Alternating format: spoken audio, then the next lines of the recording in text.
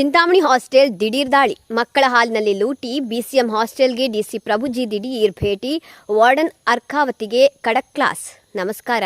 ಇದು ಕ್ಷಣ ಕ್ಷಣದ ಸುದ್ದಿ. ಸರ್ಕಾರ ಬಡ ವಿದ್ಯಾರ್ಥಿಗಳ ಯೋಗಕ್ಷೇಮಕ್ಕಾಗಿ, ಅವರ ಶಿಕ್ಷಣ ಮತ್ತು ಪೌಷ್ಟಿಕಾಂಶಕ್ಕಾಗಿ ಕೋಟ್ಯಾಂತರ ರೂಪಾಯಿ ಹಣವನ್ನು ನೀಡ್ತಾ ಇದೆ. ಆದರೆ ತಳಮಟ್ಟದ ಅಧಿಕಾರಿಗಳು ಮಾತ್ರ ಮಕ್ಕಳ ಹೊಟ್ಟಿಗೆ ಹೊಡೆಯುವ ಕೆಲಸವನ್ನು ನಿರಂತರವಾಗಿ ಮಾಡ್ತಾ ಇದ್ದಾರೆ. ಇದಕ್ಕೆ ಸಾಕ್ಷಿ ಎಂಬಂತೆ ಚಿಕ್ಕಬಳ್ಳಾಪುರ ಜಿಲ್ಲೆಯ ಚಿಂತಾಮಣಿಯಲ್ಲಿ ಒಂದು ಶಾಕಿಂಗ್ ಘಟನೆ ಬೆಳಕಿಗೆ ಬಂದಿದೆ. ಹಾಸ್ಟೆಲ್ನಲ್ಲಿರೋದು ಬರೋಬ್ಬರಿ 60ರಿಂದ 75 ಮಕ್ಕಳು. ಆದರೆ ಇಡೀ ದಿನಕ್ಕೆ ಆ ಮಕ್ಕಳಿಗೆ ಕೊಡ್ತಿರೋದು ಬರೀ 1.5 ಲೀಟರ್ ಹಾಲು. ಇದನ್ನು ಖುದ್ದಾಗಿ ಪತ್ತೆ ಹಚ್ಚಿದ ಚಿಕ್ಕಬಳ್ಳಾಪುರ ಜಿಲ್ಲಾಧಿಕಾರಿ ಪ್ರಭುಜಿ ಅವರು ಅಧಿಕಾರಿಗಳಿಗೆ ಬೆವರಿಳಿಸಿದ್ದಾರೆ. ವಾರ್ಡನ್ ಅರ್ಕಾವತಿ ತರಗತಿ ತಗೊಂಡ ಡಿಸಿ ಸಾಹೇಬ್ರು ಸಸ್ಪೆಂಡ್ ಮಾಡೋದಾಗಿ ಖಡಕ್ ವಾರ್ನಿಂಗ್ ಕೊಟ್ಟಿದ್ದಾರೆ.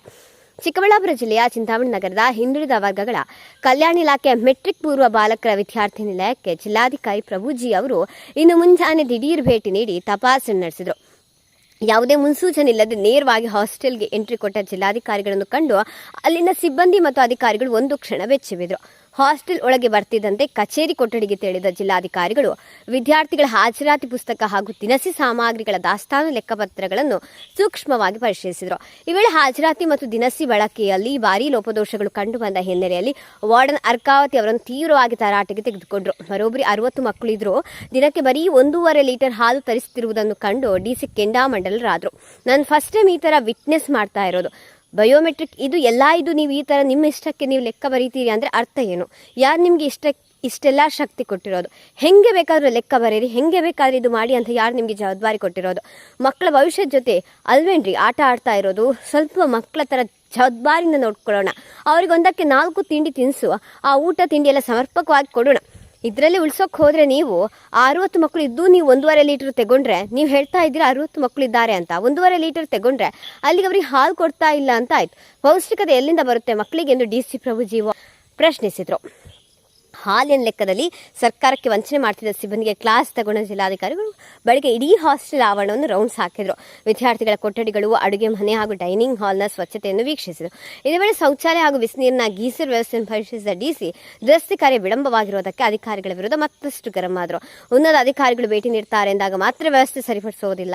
ನಿರಂತರವಾಗಿ ಮಕ್ಕಳಿಗೆ ಸೌಲಭ್ಯ ಸಿಗಬೇಕು, ಇಲ್ಲದಿದ್ದರೆ ಮನೆಗೆ ಕಳುಹಿಸುತ್ತೇನೆ ಎಂದು ವಾರ್ಡನ್ಗೆ ಸ್ಥಳದಲ್ಲಿ ಸಸ್ಪೆಂಡ್ ವಾರ್ನಿಂಗ್ ನೀಡಿದರು. ಪೋಷಕರ ನಂಬಿಕೆಗೆ ದ್ರೋಹ. ಬಡ ಹೆತ್ತವರು ತಮ್ಮ ಮಕ್ಕಳನ್ನು ನಂಬಿಕೆಯಿಂದ ಸರ್ಕಾರಿ ಹಾಸ್ಟೆಲ್ಗೆ ಕಳಿಸ್ತಾರೆ. ಅವ್ರಿಗೆ ಸಿಗಬೇಕಾದ ಸೌಲಭ್ಯಗಳನ್ನು ಲೂಟಿ ಮಾಡಿದರೆ ಕಠಿಣ ಕ್ರಮ ಗ್ಯಾರಂಟಿ. ಗುಣಮಟ್ಟದ ಆಹಾರ ಕಡ್ಡಾಯ. ಮಕ್ಕಳಿಗೆ ನೀಡುವ ಹಾಲು, ಊಟ ಮತ್ತು ತಿಂಡಿಯಲ್ಲಿ ಯಾವುದೇ ಕಾರಣಕ್ಕೂ ರಾಜಿ ಮಾಡಿಕೊಳ್ಳುವಂತಿಲ್ಲ. ತನಿಖಾ ವರದಿಗೆ ಆದೇಶ. ಹಾಸ್ಟೆಲ್ನಲ್ಲಾಗಿರುವ ಲೋಪದೋಷಗಳ ಕುರಿತು ತಕ್ಷಣವೇ ತನಿಖೆ ನಡೆಸಿ ಕಟ್ಟುನಿಟ್ಟಿನ ವರದಿ ಸಲ್ಲಿಸುವಂತೆ ಹಿರಿಯ ಬಿಸಿಎಂ ಅಧಿಕಾರಿಗೆ ಸ್ಥಳದಲ್ಲೇ ಜಿಲ್ಲಾಧಿಕಾರಿಗಳ ಕಟ್ಟುನಿಟ್ಟಿನ ಸೂಚನೆ. ಒಟ್ಟಿನಲ್ಲಿ 60 ವಿದ್ಯಾರ್ಥಿಗಳಿರುವ ಹಾಸ್ಟೆಲ್ಗೆ ಕೇವಲ 1.5 ಲೀಟರ್ ಹಾಲು ತರಿಸಿ ಉಳಿದ ಹಣವನ್ನು ಲೂಟಿ ಮಾಡ್ತಿದ್ದ ಸಿಬ್ಬಂದಿಗೆ ಜಿಲ್ಲಾಧಿಕಾರಿ ಪ್ರಭುಜಿ ಅವರು ಸರಿಯಾಗಿ ಬಿಸಿ ಮುಟ್ಟಿಸಿದ್ದಾರೆ. ಡಿಸಿ ಅವರ ಈ ದಿಢೀರ್ ಭೇಟಿಯು ಚಿಕ್ಕಬಳ್ಳಾಪುರ ಜಿಲ್ಲೆಯ ಇತರೆ ಸರ್ಕಾರಿ ವಸತಿ ನಿಲಯಗಳ ಭ್ರಷ್ಟ ಅಧಿಕಾರಿಗಳಿಗೂ ನಡುಕ ಹುಟ್ಟಿಸಿದೆ. ಮಕ್ಕಳ ಭವಿಷ್ಯದ ಜೊತೆ ಆಟವಾಡಿದರೆ ಜೈಲು ಪಾಲಾಗಬೇಕಾಗ್ತದೆ ಎಂಬ ಖಡಕ್ ಸಂದೇಶವನ್ನಂತೂ ಡಿಸಿ ರವಾನಿಸಿದ್ದಾರೆ.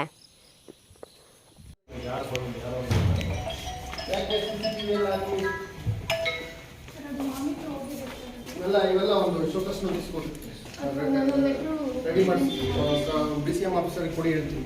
ಇವೆಲ್ಲ ಮಾನಿಟರ್ ಮಾಡೋದು ಬಿಟ್ಟು ಕತೆ ಕಾಯ್ತಾ ಇದ್ದಾರೆ. ಅದು 5:30ಗೆ ಬರ್ತೀನಿ ಮತ್ತೆ ನಾನು ಅವಾಗ ನೋಡಿ.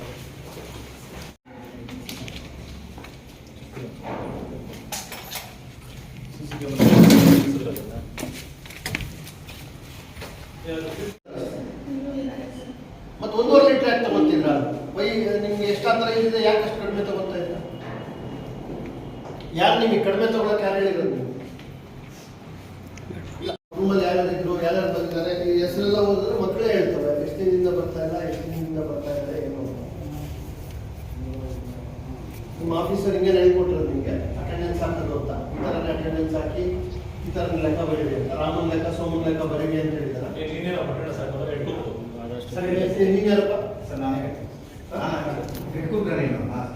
ನೀನು ಆಗಲೇ ಬೇವಕಾಯಿ ಸಾಕ್ಷಿ ಅಂತೇಳಿ ನೀನು ಬಂದು ಮುಂದೆ ನಿಂತ್ಕೊಂಡಿದ್ಯಾ?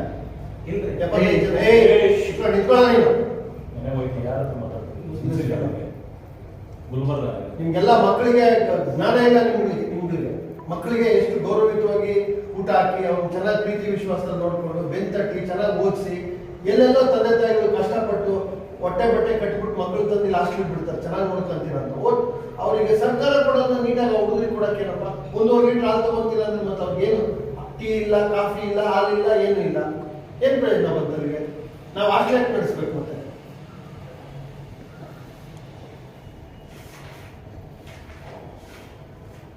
ಈಗ 75 ಜನ ಇದಾರಲ್ಲಪ್ಪ, ಎಷ್ಟು ಬೇಕು ಹಾಲು ಇರುತ್ತೆ? 75 ಜನಕ್ಕೆ ಒಂದು ದಿನಕ್ಕೆ, ಒಂದು ಹೊತ್ತಿಗೆ ನೀನು ಹೇಗೆ ಕೂಗ್ತಾನೆ ಹೇಳಿ, ಎಷ್ಟು ಹಾಕ್ಬೇಕು? 4 ಏನು 4? ಒಂದು ಹುಡುಗನಿಗೆ 40 ml. 40 ml. ಒಂದು ಹುಡುಗರಿಗೆ 40 ml ಅಂದರೆ ಎಷ್ಟಾಗುತ್ತೆ?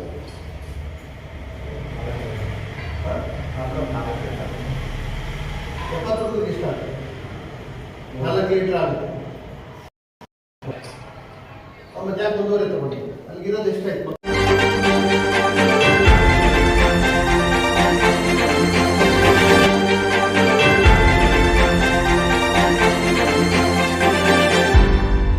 ನೀವು ನಮ್ಮ ಚಾನಲ್ಗೆ ಸಬ್ಸ್ಕ್ರೈಬ್ ಆಗಿಲ್ಲ ಅಂದ್ರೆ ಈಗಲೇ ಸಬ್ಸ್ಕ್ರೈಬ್ ಆಗಿ ಪಕ್ಕದಲ್ಲೇ ಇರುವ ಬೆಲ್ ಐಕಾನ್ ಕ್ಲಿಕ್ ಮಾಡಿ. ಮತ್ತಷ್ಟು ಅಪ್ಡೇಟ್ಗಳಿಗಾಗಿ ಫೇಸ್ಬುಕ್, ಇನ್ಸ್ಟಾಗ್ರಾಮ್, ಟ್ವಿಟರ್ನಲ್ಲಿ ಫಾಲೋ ಆಗಿ.